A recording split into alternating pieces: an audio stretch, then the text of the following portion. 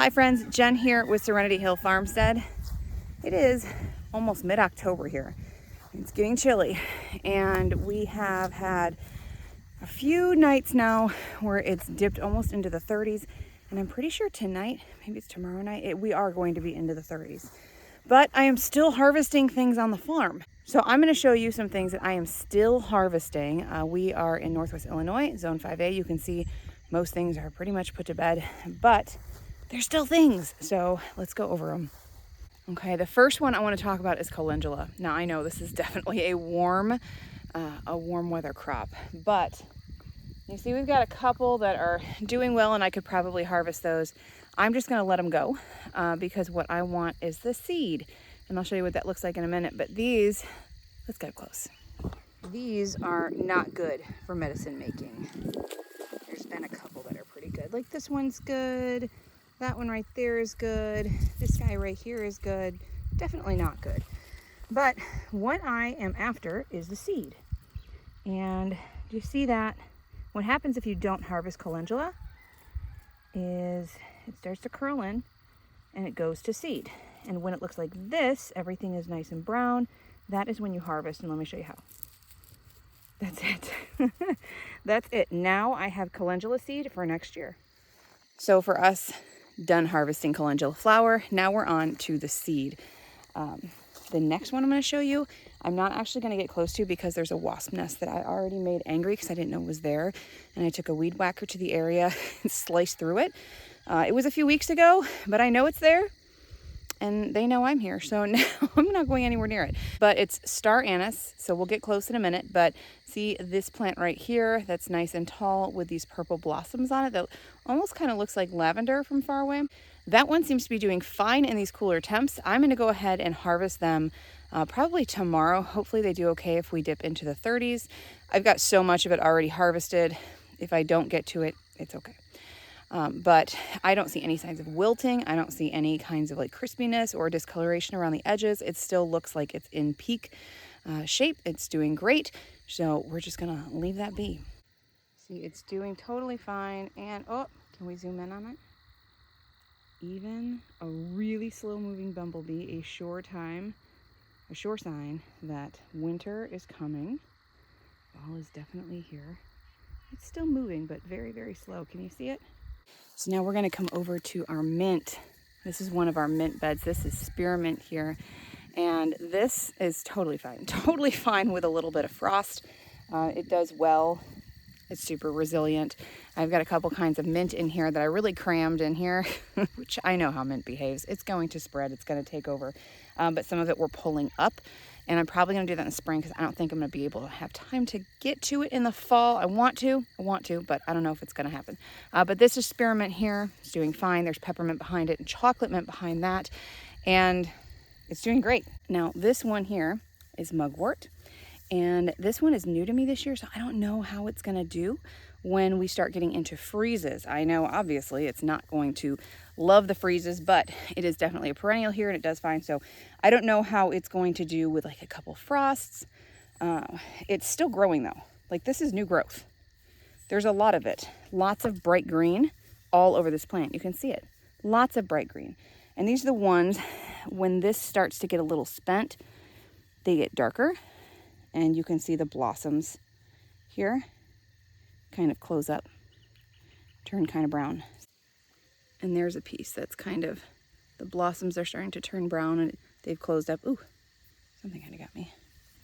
And if you look down here, there's also new growth coming out of the ground all around. So that wasn't there last week, so we'll see how this does. We have a sneak with a bag of chips in her hand, eating raspberries off the plants. We're still picking raspberries too. Are they still delicious? Yes. Okay. So yeah, it'll be interesting to see what mugwort does when we get a freeze. I'm kind of expecting, because it's kind of, this delicate plant, I'm expecting it to wilt and just be done for. So I am going to be harvesting all of this tomorrow, and then we'll just see. We'll see what we see. Okay, we're kind of sneaking in next to this one, and I'm holding down other plants so you can see this one. This is yarrow. This big old honkin' plant. I am on my knees and it is to here on me. This is, now there's occasional little blossoms here and there. I'm just letting them be. I'm not harvesting these because they're very you know, just a few here and there. And the blossoms are done for the year. They're pretty spent. They're brown, with the exception of, you know, a few still good white ones. But all of these greens in here are still useful. You know, we don't go after yarrow just for the flower. The flower is really good and has purposes. I've got a video on that. If you want to check that out, I will link that in the description box below. So you can check out the specifics on yarrow and the flower versus the leaves. But these leaves, don't let these go to waste. These are fabulous. I make a styptic powder. That's another video I made. I can put in the description box if you want to check that out. And a styptic powder is really good for stopping bleeding. So it's something that we keep in our herbal first aid kit. And these will all get harvested. I will just harvest it to the ground, and I will get all of this goodness in here. And these, I may stick a bunch in the dehydrators.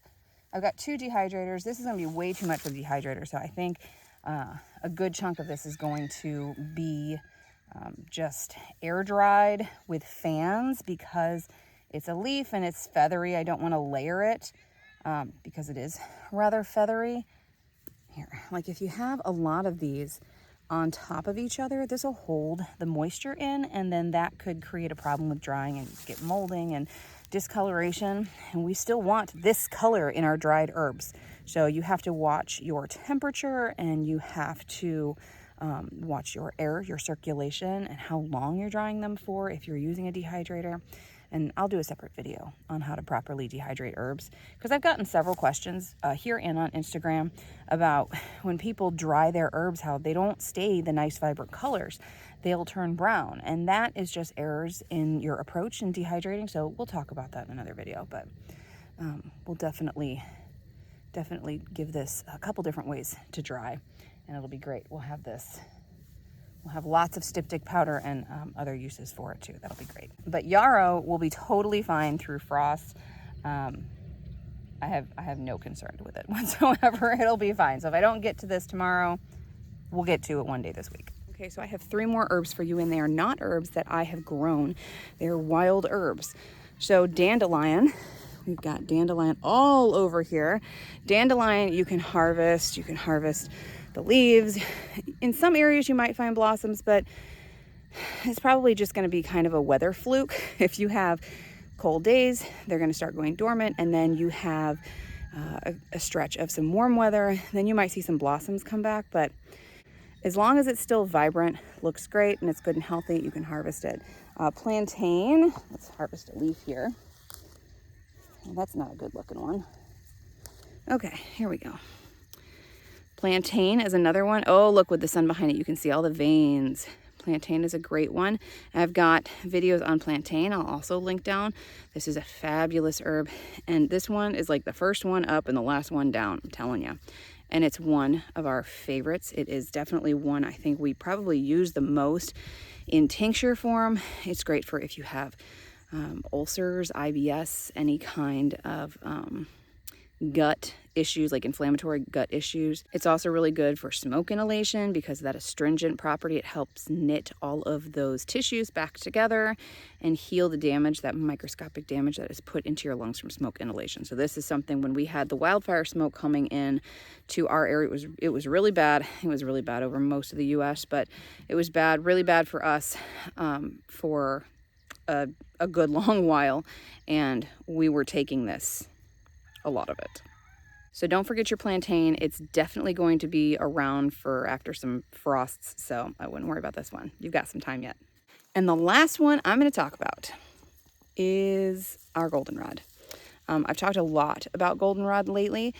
It has a lot of fabulous properties. It is really good for allergies. So this is the time we stock up on it for next year. You want to get your goldenrod now because spring goldenrod does not have these blossoms. It is not mature. It's not ready yet. So now is the time. Fall is the time to get your goldenrod. So harvest it fresh, make your tinctures. I've got video down in the description box again. I'm leaving you guys a lot of videos to watch, and you can learn all about how to make the goldenrod tincture, what it does. It's fabulous for it. I also have a blog post coming soon on my website, and you can learn about that and have a printable recipe card for that also. But goldenrod can stand a few frosts also. Not a hard freeze, but it's good for a few frosts. If you're interested in a recipe book, I have a 50 recipe ebook that I just put out a few weeks ago. It's got 50 recipes to make teas, tinctures, salves, oxymels, tinctures, and 10 recipes in each one of those groups. A lot of the herbs that I've mentioned here are in that book, so if you want to get a copy of that, I'll put a link down there in the description box so you can snag one of those.